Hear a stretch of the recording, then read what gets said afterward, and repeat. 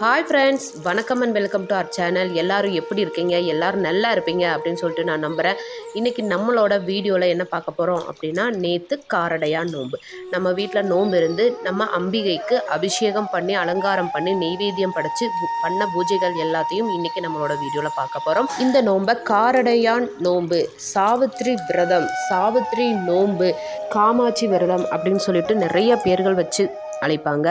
காமாட்சி அம்மனோட விக்கிரகம் இல்லாததுனால மீனாட்சி அம்மனோட விக்கிரகம் தான் என்கிட்ட இருந்தது. அம்பிகை அப்படின்னாவே எல்லாருமே ஒன்று தானே.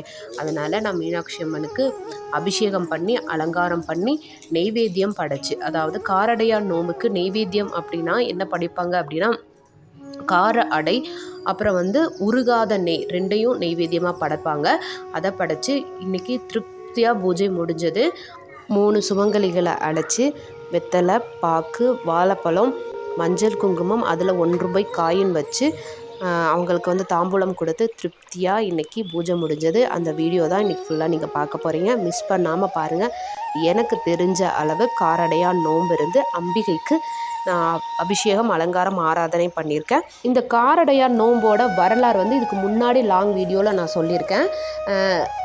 இதுக்கு ஏன் காரடையான் நோன்பு அப்படின்னு சொல்லிட்டு பேர் வந்தது அப்படின்னா, சத்தியவான் சாவித்திரி 2 பேருமே காட்டில் வாழ்ந்துக்கிட்டு இருக்கும்போது, சாவித்திரி அம்பிகையோட பக்தை. அம்பிகைக்கு பூஜை பண்ணும்போது அந்த காட்டில் அவங்களுக்கு நிறைய விஷயங்கள் அவங்களுக்கு கிடைக்காது இல்லைங்களா. ஸோ இருந்த பொருட்களை வச்சு நெய்வேத்தியம் படைச்சு அம்பாலை வழிபட்டாங்க.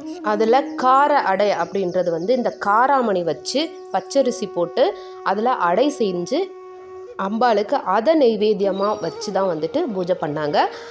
அதுக்கு தான் இதை காரடையான் நோன்பு அப்படின்னு சொல்லிட்டு பெயர் வந்ததாக சொல்லப்படுது.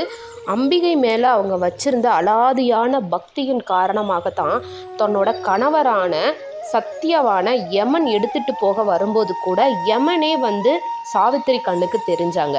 அதனால தான் யமன் பின்தொடர்ந்து போய் தன்னோட கணவனோட உயிரை மீட்க முடிஞ்சது அப்படின்னு சொல்லப்படுது. எந்த ஒரு விரதம் இருந்தாலும் அந்த விரதம் இருந்தால் என்ன பலன் கிடைக்கும் அப்படின்னு சொல்லிட்டு தான் நிறைய பேர் கேட்பாங்க. இந்த குறிப்பிட்ட விரதம் இருக்கும்போது என்ன பலன் நம்மளுக்கு கிடைக்கும் அப்படின்னா, கணவரோட ஆயுள் அதிகரிக்கும், தீர்க்க சுமங்கலி யோகம் கிடைக்கும் அப்படின்னு சொல்லப்படுது. கணவன் மனைவிக்குள்ள பிரச்சனை இருக்குது, வீட்டில் எப்போ பார்த்தாலும் சின்ன சின்னதாக சண்டை வந்துக்கிட்டே இருக்குது கணவன் மனைவிக்குள்ள அப்படின்னு இருக்கிறவங்க இந்த விரதம் இருக்கும்போது கண்டிப்பாக கணவன் மனைவி ஒற்றுமை இருக்கும், ஆயுள் அதிகரிக்கும், கணவருக்கு தீர்க்க சுமங்கலி யோகம் கிடைக்கும் அப்படின்னு சொல்லப்படுது. இந்த பூஜை பண்ணும்போது ஒரு மந்திரம் கண்டிப்பாக சொல்லணும் அப்படின்னு சொல்லுவாங்க. அது என்ன மந்திரம் அப்படின்னா, உருகாத வெண்ணையும் ஓரடையும் நான் நூற்றேன், ஒரு காலும் என் கணவன் என்னை விட்டு பிரியாதிருக்க வேண்டும் அப்படின்னு சொல்லிட்டு இந்த மந்திரத்தை சொல்லிக்கிட்டே நம்ம அம்பாளுக்கு அர்ச்சனை பண்ணி நெய்வேத்தியம் காமிச்சு நம்ம ஆரத்தி எடுத்தோம் அப்படின்னா நம்மளோட வேண்டுதல் நிறைவேறும் அப்படின்னு சொல்லப்படுது.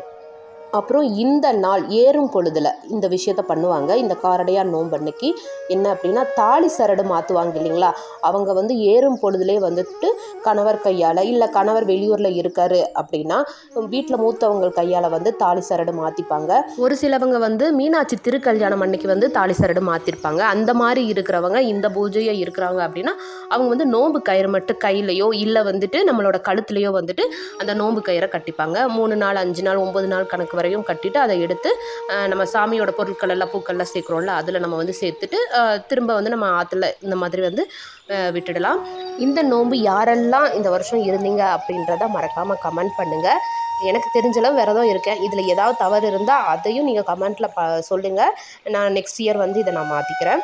நம்மளோட சேனல் உங்களுக்கு பிடிச்சிருந்தது அப்படின்னா கண்டிப்பாக மறக்காமல் தயவு செய்து நம்மளோட சேனலை சப்ஸ்கிரைப் பண்ணுங்கள். ஒரு லைக் கொடுங்களேன். லைக் கொடுக்குறதுனால என்ன ஆகிட போகுது, ஒரே ஒரு லைக் கொடுங்க, எங்களுக்கு சப்போர்ட் பண்ணுங்கள். அப்புறம் கவிஸ் மீடியா அப்படின்றதும் நம்மளோட சேனல் தான். அதுவும் ஃபுல் அண்ட் ஃபுல் ஆன்மீக சேனல் தான். அது சாமிகளோட வரலாறு, அப்புறம் மகாபாரதம், ராமாயணம் எல்லாமே அதில் இருக்கும். அந்த சேனலையும் மறக்காமல் சப்ஸ்கிரைப் பண்ணி சப்போர்ட் பண்ணுங்கள்.